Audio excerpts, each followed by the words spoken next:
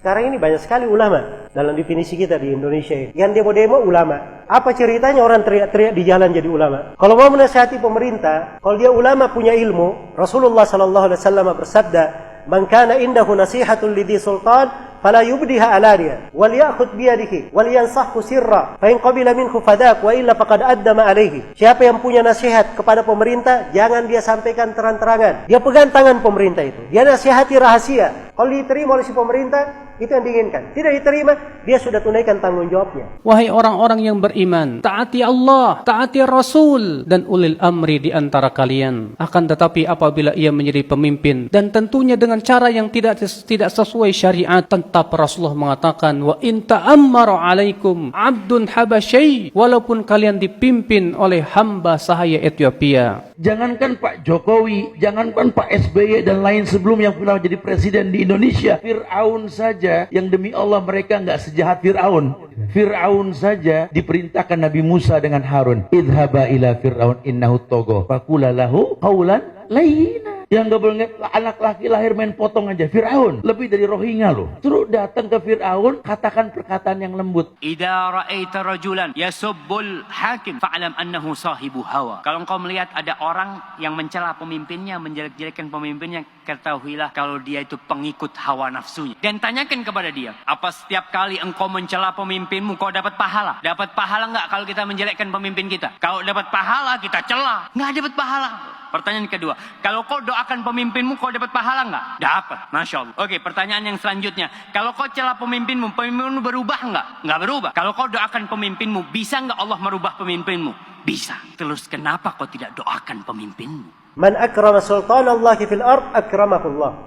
Wa man ahana sultanallahi fil ard ahanahullah. Siapa yang memuliakan pemerintah Allah di atas muka bumi, Allah akan memuliakannya. Dan siapa yang menghinakan pemerintah Allah di atas muka bumi, Allah akan menghinakannya. Imam Ahmad itu, lihat Imam Ahmad, seorang ulama, disiksa di 3 generasi pemerintahan. Tapi bersamaan dengan itu beliau berkata apa? Lau anna li da'watan mustajabah ma ja'altuha illa lis-sultan. Andai kata saya memiliki doa yang pasti dikabulkan, saya tidak akan peruntukkan doa itu kecuali untuk pemerintah. Udah dibilang bernegara seperti orang sholat. Kalau imam salah, ingetin baik-baik. Subhanallah. Masih salah juga, bantu dengan bacaan, mungkin dia lupa. Jangan main tarik kerah imam. Mundur loh. Nggak beres sholat kita urusannya kalau begitu. Turunin imam, ganti imam, turunin presiden. Nggak bakal pernah beres, mau sampai kapan. Kemudian saya telah terangkan rahasia, ruh dan makna. Kenapa diperintahkan kepada pemerintah walaupun dia berbuat baik? Sebab kudeta terhadapnya itu menyebabkan apa? Kerusakan yang lebih besar. Dan sepakat para ulama tidak boleh merubah kemungkaran yang akan melahirkan kemungkaran yang apa? Yang lebih besar. Tahu nggak, Hajjaj bin Yusuf itu membunuh 120.000 kaum muslimin pelan-pelan, Pak. Cungkil dulu matanya, diputuskan dulu lidahnya, dipotong telinganya, potong kakinya. Itu yang sudah dibunuh oleh dia seperti itu 120.000 orang. Di antaranya sebagian sahabat dan sebagian ulama tabi'in. Mendengar orang berdoa, ya Allah, binasakanlah Hajjaj bin Yusuf. Kata Al-Hasan Al-Basri, kamu jangan doa seperti itu. Aku khawatir, kata beliau, kalau Allah kabulkan doamu dan Hajjaj pun binasa, ternyata penggantinya dia kera dan babi. Katakanlah, kamu mengatakan bahwa Hajjaj bin Yusuf itu kejam. Memang dia kejam, betul. Dan kamu berdoa kepada Allah supaya Allah binasakan dia. Kamu yakin penggantinya lebih baik? Mungkin sezalim-zalim pemerintah yang ada di belakang ini tengah umat. Tidak ada yang sezalim Fir'aun. Saya mau tanya, dalam Al-Quran pernah dikisahkan Nabi Musa dan Bani Israel demo Fir'aun? Fir'aun dan bala tentaranya dibinasakan. Sebab kebinasaannya satu amalan Bani Israel yang mereka lakukan. Allah berfirman dalam Al-Quran di surah Al-A'raf, kami wariskan bumi dari timur hingga baratnya, bumi yang diberkahi, kepada kaum yang tadinya tertindas di atas muka bumi, dan telah sempurna kalimat Allah yang maha indah untuk Bani Israel disebabkan karena kesabaran mereka. Mereka hanya punya sabar. Perintah untuk taat kepada pemerintah muslim walaupun dia zalim, ini diucapkan oleh seluruh imam as-salaf, tidak ada silang pendapat. Afdalul jihad kalimatu adlin inda sultanin jair. Ini kata Nabi, sebesar-besar jihad adalah ucapan yang adil, ucapan yang hak, ucapan yang benar. Di mana? Di hadapan seorang pemimpin yang dolim. Di hadapan, bukan di televisi, bukan di radio, bukan di koran, bukan di Bundaran HI, bukan di Sudirman Tamrin, bukan. Misalnya saya berhadapan dengan Pak Presiden nggak benar nih begini. Mau Mosok aliran sesat didiamkan. Ini mencaci maki Nabi Muhammad. Mosok Anda diamkan begini.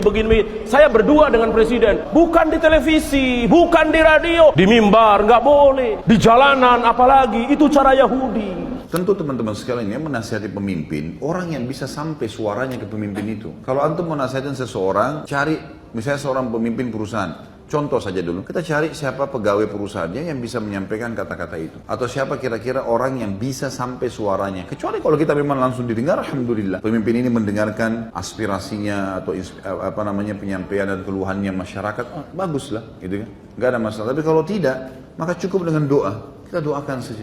Itu senjata bagi orang beriman. Allah bisa masukkan ke dalam hati dia berubah, bisa. Bukan mustahil. Allahumma ya Allah, bukakan pintu hidayah.